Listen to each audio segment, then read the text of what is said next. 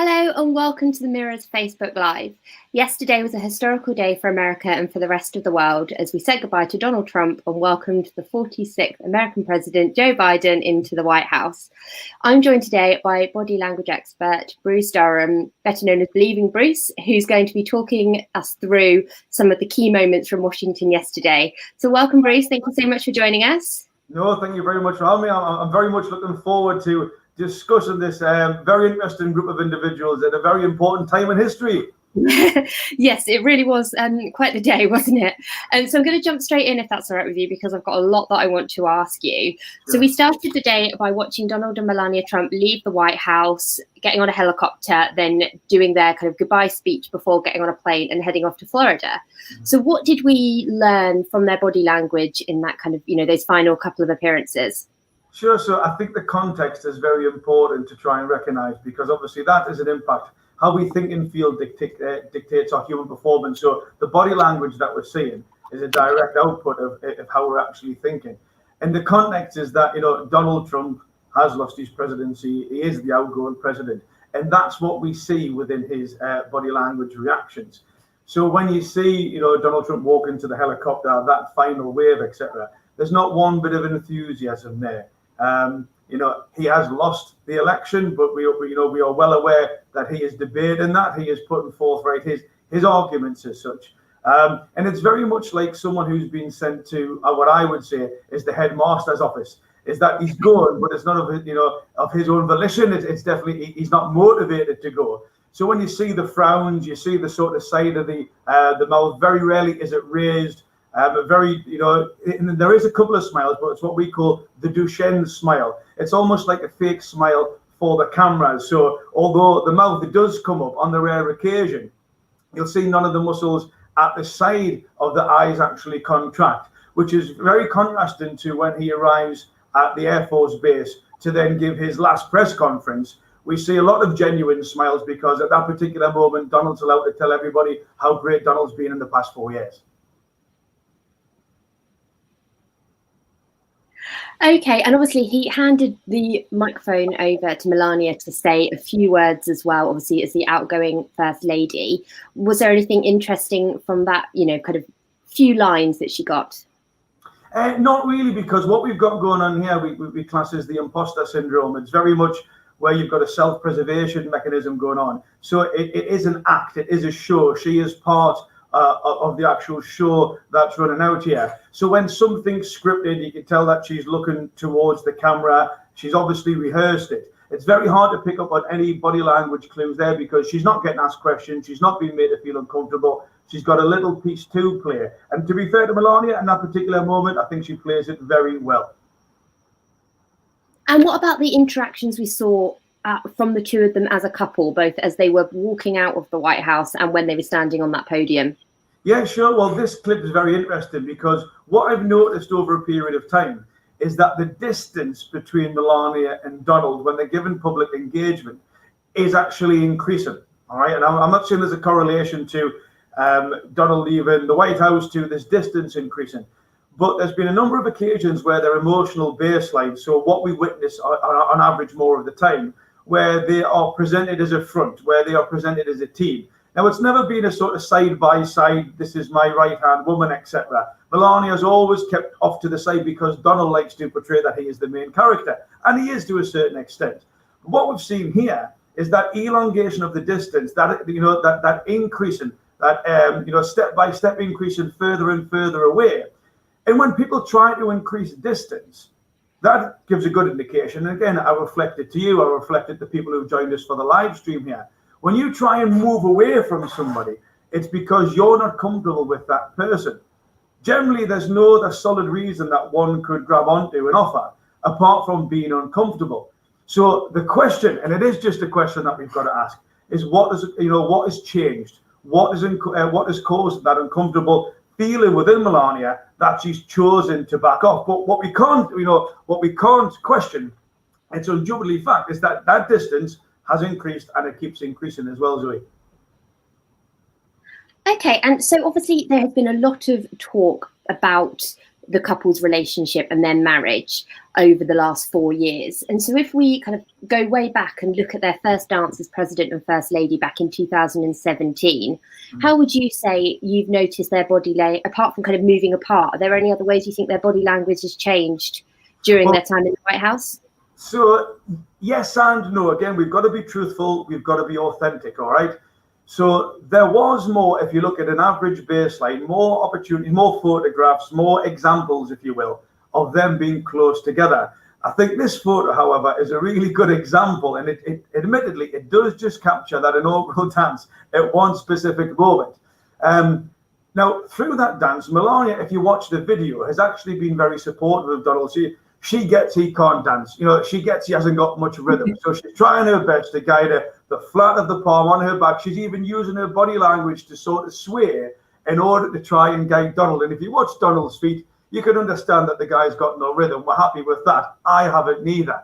But what you see in this picture is obviously Donald's trying to lean in to say something. And Melania could not look more distressed if she tried.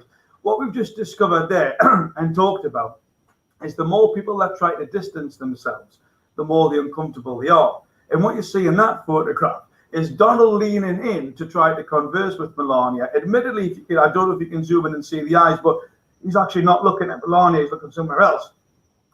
But Melania, if you look at where her center of gravity is, she's almost leaning back like the Tower of Pisa. Now, that's an uncomfortable position, right? If anybody was to stand up and try that now, that's a really uncomfortable position.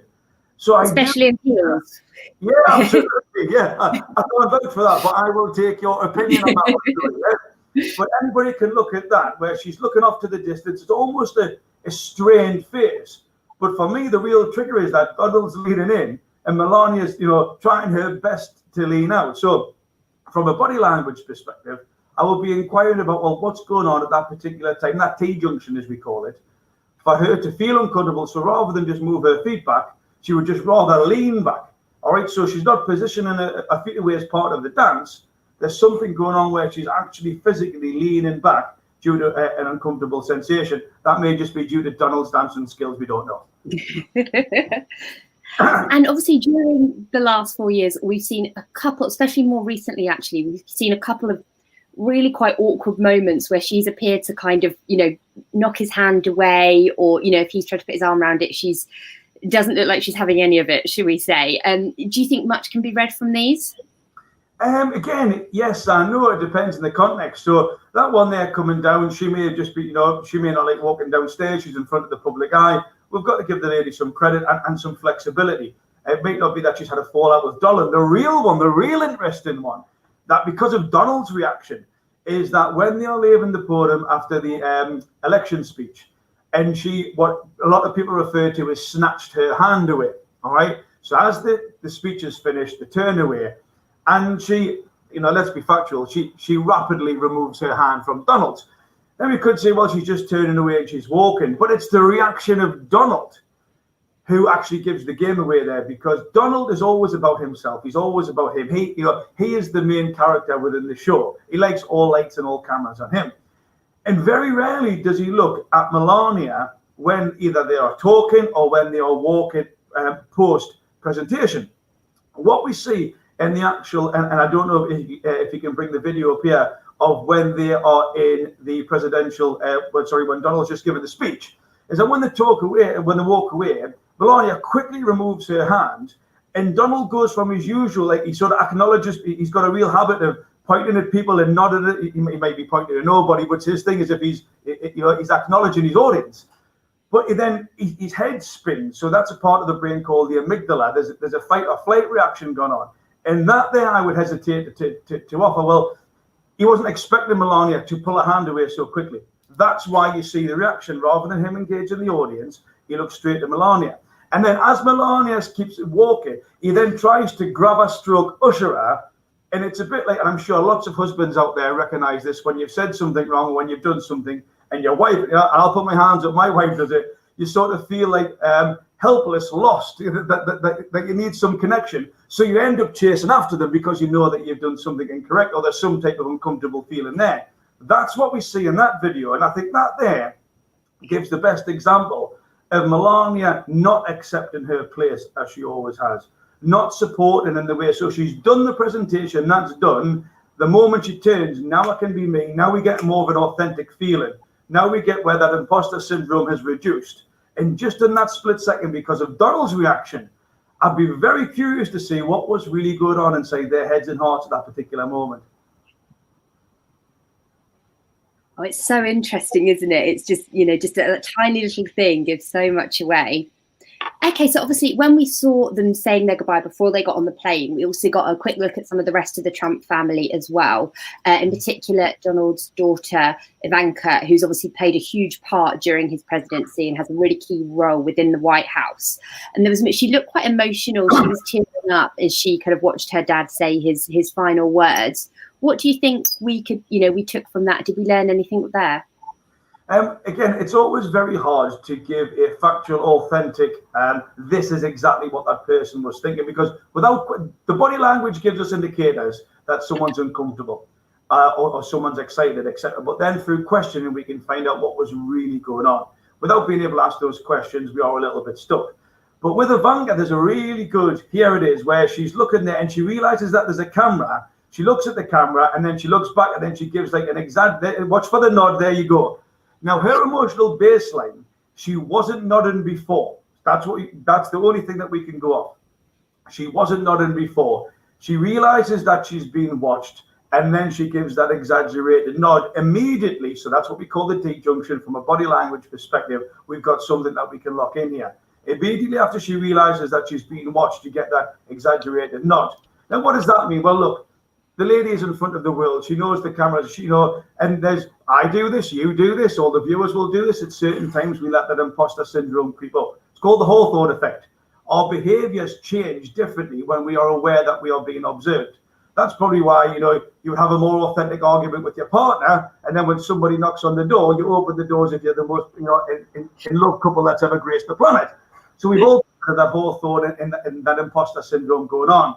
But for Melania, she definitely acknowledged the camera. That had an impact on her thinking. Whether she was fake or not is the question. Whether she exaggerated to actually acknowledge the fact that she was being on camera, or she agreed with what was being said and she was there as a supporting mechanism for Melania, that's something that could be debated. Okay, and so now moving away from the Trump family and moving on to the future for America and our new president and new vice president. So starting off with Kamala Harris, the new, vice president, and that amazing moment when she was sworn in, which was historic for so many reasons. And so what did you pick up from that? Well, I think, not just Kamala Harris, but Joe Biden as well, is that this is very much a presentation. Their amygdalas will be firing. That fight or flight, that imposter syndrome, that Hawthorne effect. The whole world is watching at this particular moment. And it's almost akin to the same feeling that we would get if, we went to school or a new school on day one, or you've been promoted in your role and you've got a team who's waiting for you. Your behaviors will be what you think they should be. So Kamala Harris here, she will be behaving as a possible authentic version of herself, but also because she's human, because she's got a head and because she's got a heart like all of us have, how do people expect me to behave? What should I be doing? Which is why we see a lot of Kamala Harris, but also Joe Biden. There's that very, it's a what I would call rigidity. It's the very much stand up, the attention, the salute with the hand, when they're making the actual blessing on the Bible, all this type of stuff when they're being sworn in, is that we see a very professional, a very cool, calm, calculated presentation of oneself. Is that a bad thing? Well, no, I don't, because if I was to put myself in her shoes, well, first of all, that would be funny, but I think it would be, I would exhibit the same behaviors, because again, it must be very nerve-wracking to be in that position, Zoe. Of course. And then, so just obviously you mentioned him briefly there, but were there any specific things about Biden that you really picked up on when he was kind of, finally, after, a whole career waiting for this moment, he was finally sworn in? Yeah, so I noticed a lot of Joe Biden, there were some pauses after he had said that, and I can't remember the certain words that he was using, but there were some pauses and then looking down as well. And when you do the research or, just sort of read the news articles there, he says that his one regret is that his son wasn't there to witness this. So again, there's a part of the brain called the hippocampus where we store emotional memories. And, you know, maybe I'm just too soft, or maybe I was reading too much more into it. Maybe I wanted the story to be true. Maybe my conscious bias is there. But when he was saying certain things and he was looking down, there was a slight pause. You couldn't help but think, is that the hippocampus? Is his brain at that particular moment reliving what would be happening if his son would hear? What would that connection be? And I thought that played more of an impact. I thought he was authentic. I thought he did what he needed to do. I thought he come across as quite credible. Obviously, there's been a lot of conversations about Joe Biden, particularly his speech, etc. But what I've seen there is, you know, what I saw was a dad who wished his son was with him on probably one of the most proudest days of his life. Okay, fantastic. Thank you for that. And so we've just had a question from one of the viewers who's asked, do you think from his behaviour that Trump ever wanted to be president, or do you think when he actually got to it, he just felt uncomfortable in the role?